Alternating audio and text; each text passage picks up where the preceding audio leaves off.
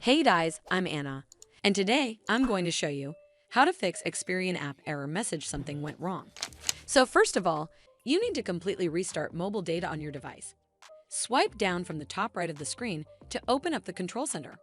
Over here, in the top left, you'll see a circular icon that looks like an antenna with radio waves around it. And if this icon is green, that means cellular data is turned on.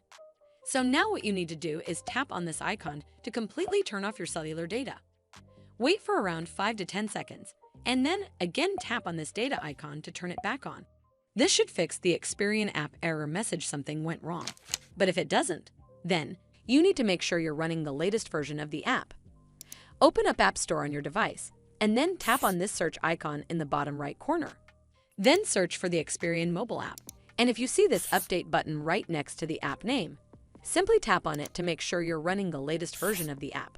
This should fix the Experian app error message something went wrong. But if it doesn't, then you need to clear App Cache.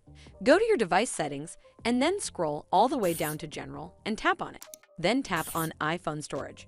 From here, search for the Experian mobile app and then tap on it. Once you're on this screen, you need to tap on Offload App. Tap again to confirm. It'll take a bit for processing, and then a reinstall button will show up. Simply tap on it to reinstall the app. This should fix the Experian app error message something went wrong.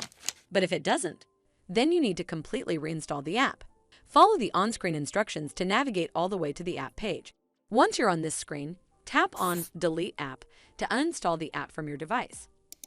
Once uninstalled, you need to open up App Store and then search for the Experian mobile app right over here in the search bar. And then click on this Get button to install it back on your device. Well, that's how you fix Experian app error message something went wrong. I hope you found this video helpful, and if you did, make sure you give it a thumbs up to see more videos like this, and don't forget to hit that subscribe button.